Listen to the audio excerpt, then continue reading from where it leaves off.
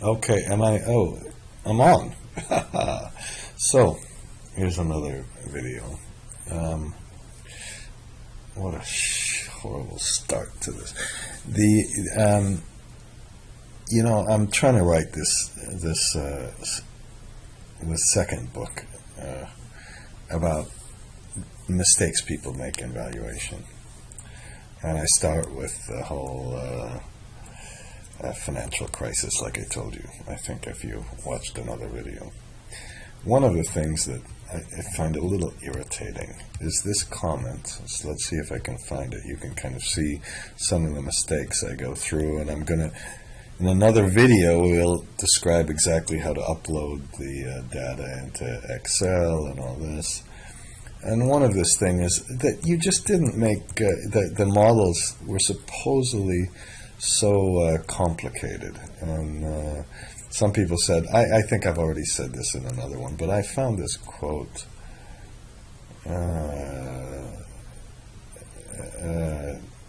They said, I can't find it here. Somebody said that the models are just too complicated. These are just too complicated models.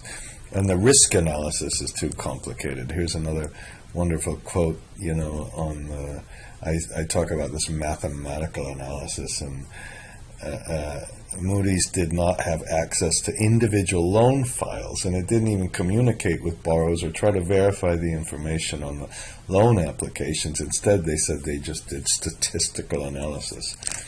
Well, I want to talk about scenario analysis and complicated models in this video. So let's just take this simple thing I did. You can see some of the other files I'm working on. And, first of all, let's get rid of all these damn, these control minus. Let's get rid of the data tables. They disappeared. Okay, and let's try to, I hope I don't have okay. We have some, I already put some of these,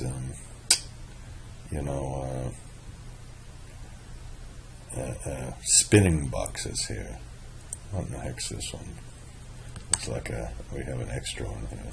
So I'm going to save this as CDO exercise number 3, which is for break even.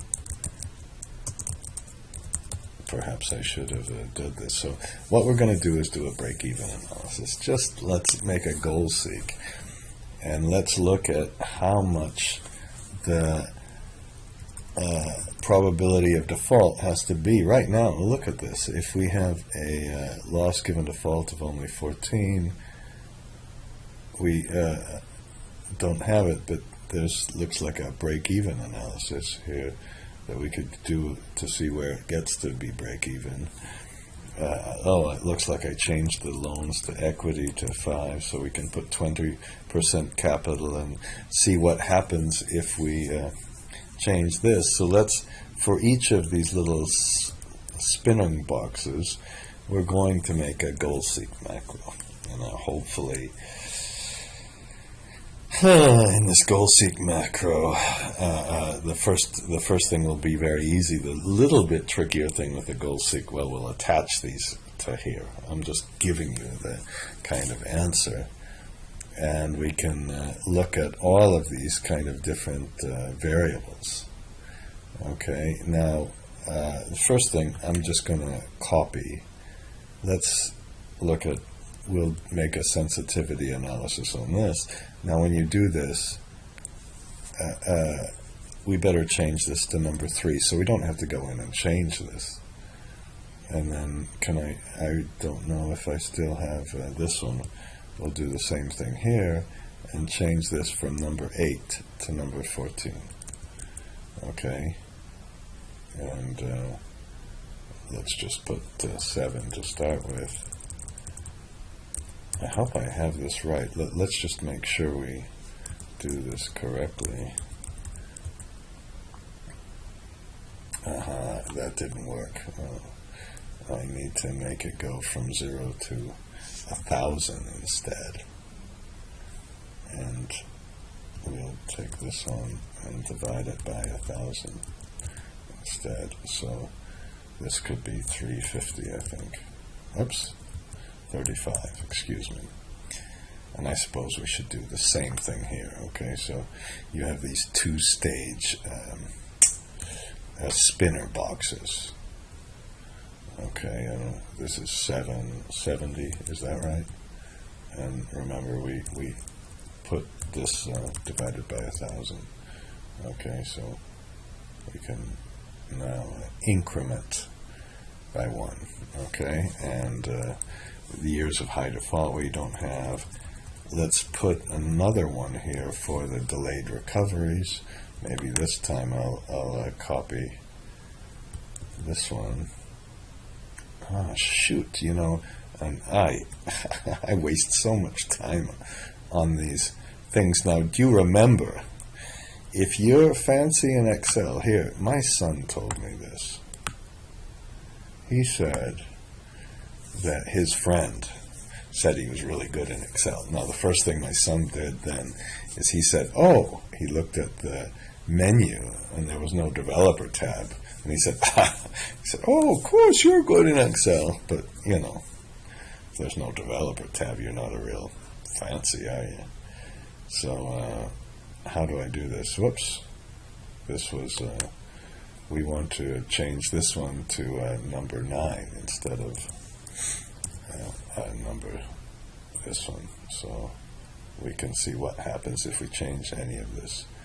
Now, the one thing I didn't put one on is here, because we'll do a break-even analysis. We'll do a goal-seek analysis, and in our goal-seek, we'll set we'll redo the goal-seek, and we'll make sure the difference between this, and let's make it 4.999999%. Okay, and then let's put the difference. So we'll make a goal seek to make sure that that difference is different. So that's our perhaps I'll put target, and then let's put difference. Now,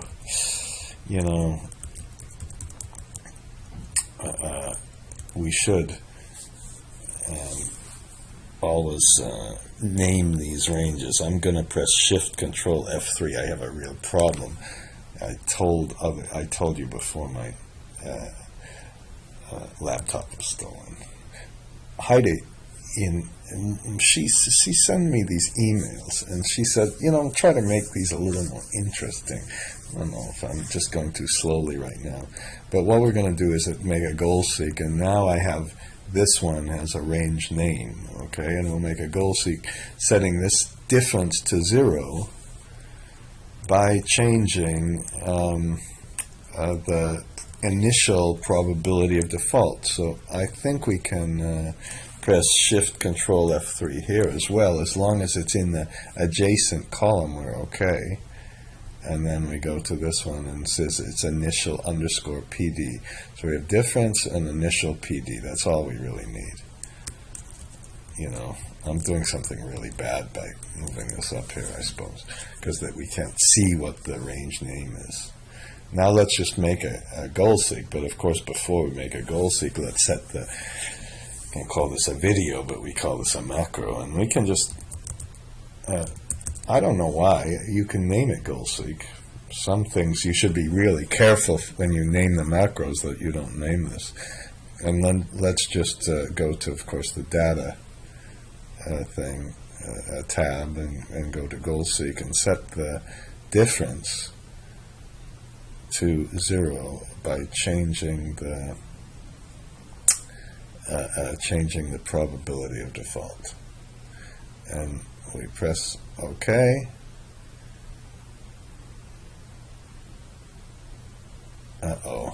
And I changed that. Now let's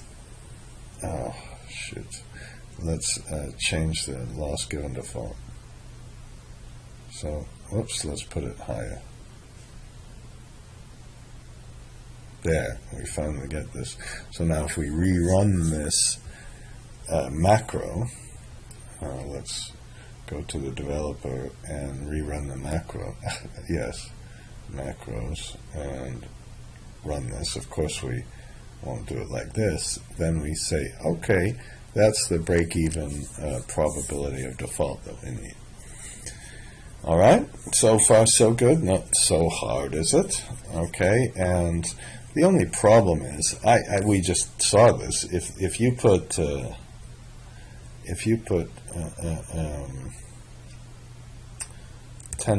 here, and I think if I still run this macro,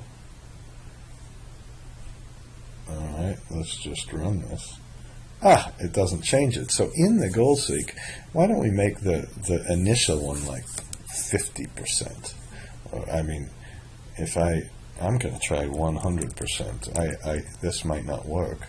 Then we have a big, of course it's not going to work, I guess. I mean, we could make it 200%, I suppose. And then when we do this, now when we run the goal seek, it's going to, excuse me. Just a minute. Okay, 100% didn't work, but if I do that same thing, excuse me. Always have problems like this. It's good. I get to learn when I do this, I suppose. If I run the goal seek now, we can, and now here's the big point. You could figure out break even. Well, you didn't know what the real probability of default was going to be on brand new subprime loans. These loans had never ever been done before. Using some sort of statistical analysis for something like this just didn't work. Of course it didn't work. But you could have thought through the problem. You could have said, okay, well, what's happening to the value of houses? What's the probability of the value of houses falling? And then what's the probability after the houses fall?